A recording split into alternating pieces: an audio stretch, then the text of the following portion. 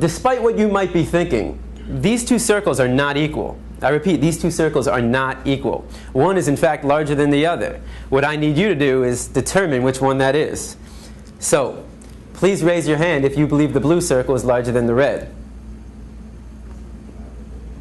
All right. Please raise your hand if you believe the red circle is larger than the blue. All right, very good. Now, before I said anything about these two circles, what was your first instinct? Equal, right? Because they look equal. And the reason why they look equal is because, in fact, they are equal. These two circles are identical. Yet I got just about every one of you to raise your hand and say that they're not. So what do we learn? That you can be manipulated like that to believe in something that goes against your natural instinct. Just imagine as a child you're taught that the blue circle is larger than the red. If you say it enough times, you convince yourself that's the truth. If you're told the lie enough times, it becomes part of your reality.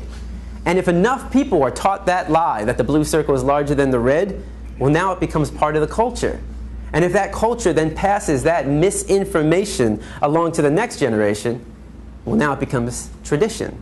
And what we have to remember is that just because we have a tradition doesn't mean it's morally acceptable. Tradition and morality are not always the same.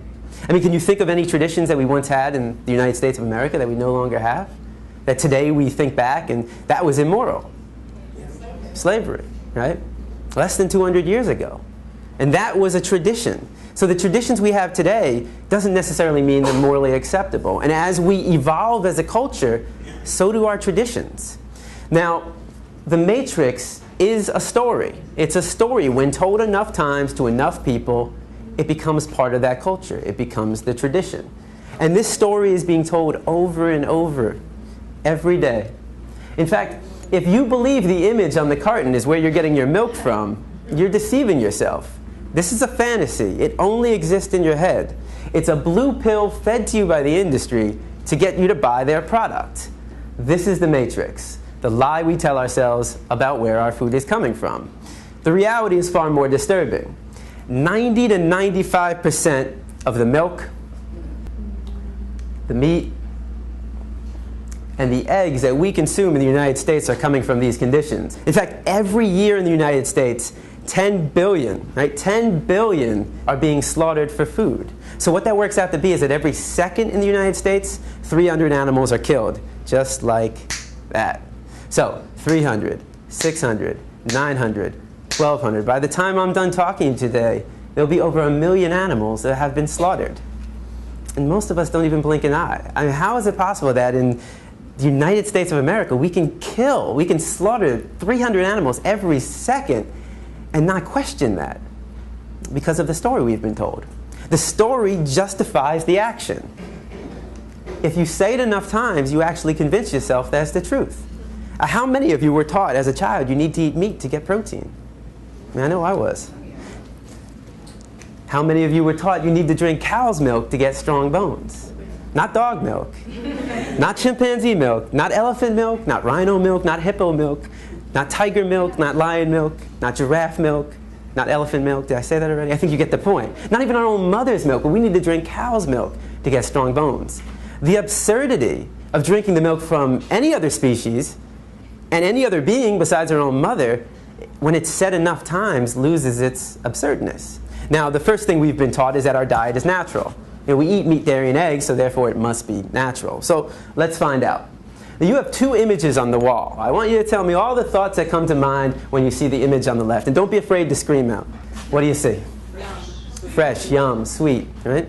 If I come into the room with a basket of strawberries, how many of your mouth starts to salivate? Your mouth starts to water? If I take a strawberry and I put it under your nose, what do you smell? If I take a knife and I slice that strawberry in half and put that under your nose, now what do you smell? Notice how all the sensations remain the same. You see a strawberry and it looks like a strawberry. You smell a strawberry and it smells like a strawberry. And you take a bite out of a strawberry and surprise, surprise, it tastes like a strawberry. Banana? Exactly, it's a strawberry. But what thoughts come to mind when you see the image on the right? Cute. You know, when I go to a classroom, you'll get half the kids who say, oh, cute. Animal, pig, Wilbur, babe. So half the class will see an animal, and the other half of the class will see bacon, sausage, ham, pig, sweet pork, and hot dog. They'll see a food. It's one or the other. You're either seeing an animal or you're seeing food. Now, what would happen if I took one of the pigs living, brought him into the room right here, and put him right in front of you? Does that change it? Now what do we see? And I mean, what would we think if one of us got up and started chewing on the pig? Not very normal. If I come into the room with a pig under my arm, how many of your mouth starts to salivate? Right? If I took a knife and I sliced that pig in half and put that under your nose, now what do you smell? You smell the stench of death. You smell a rotting corpse, bacteria, decomposing flesh. You see, there's a process involved, and I'm here today to show you that process of how you convert this animal into this product. Why should it be kept a secret? Why should we not know what we're participating in and what we're putting in our body? Now, let's make the situation slightly more realistic. If I were to put a pig on this side of the room living and a butcher's knife on the side of that room, I mean, how many people would be willing to pick up the knife and take the life of that animal? It's very rare, right? And if somebody did that, that's all right, but how many people in this room would try to stop that person from doing that, right? Would we try that?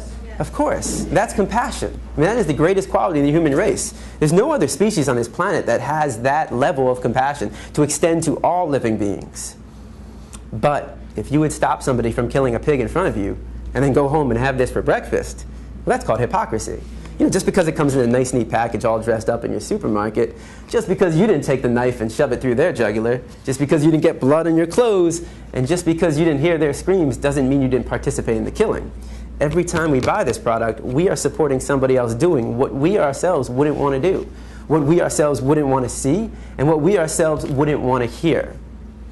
Now, if you still see bacon sauce in the hand when I bring a pig into the room, what happens when I change it? Ah, right?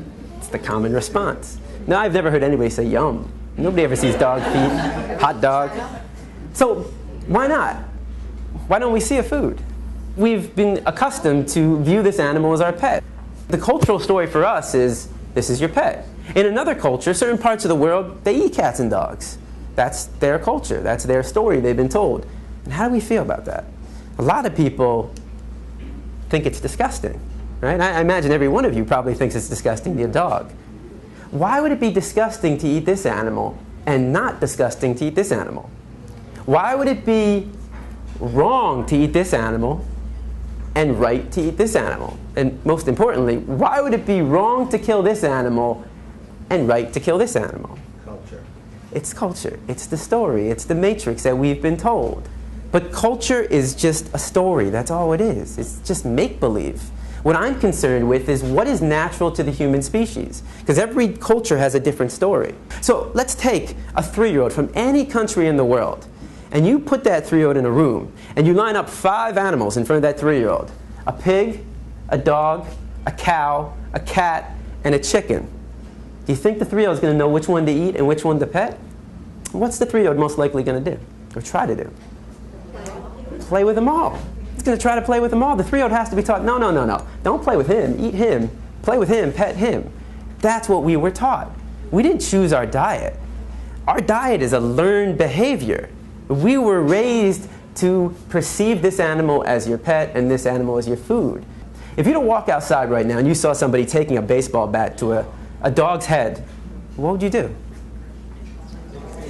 You take action. At the very least, you'd call the police because you recognize that as a violation of this animal's right to be free from harm. Now, if you were to walk outside right now and you saw somebody taking a baseball bat to a pig's head, would your emotional response not be the exact same thing? Of course. Because the question for you is, what's the difference? What's the difference between the two? Right? Is there a difference? You might think one is cuter than the other. But that says more about you than anything about these 2 animals. You know, a lot of kids will say, well, the nose looks different. But I say, but they both got a nose to smell. Some kids will say, well, he's got hooves and he's got paws. I say they both got feet to walk and run. Some kids say, well, his ears are going up and his ears are flappy. They both got 2 ears to hear. They both got 2 eyes to see. They both got a heart to beat and a mind to think. And the reason why we would take action for both of them is because we recognize the equality between them and not the difference. Any difference is insignificant. The similarities, though, are striking. We know they're equal, yet every time we sit down for a meal, we create that separation. We create that inequality.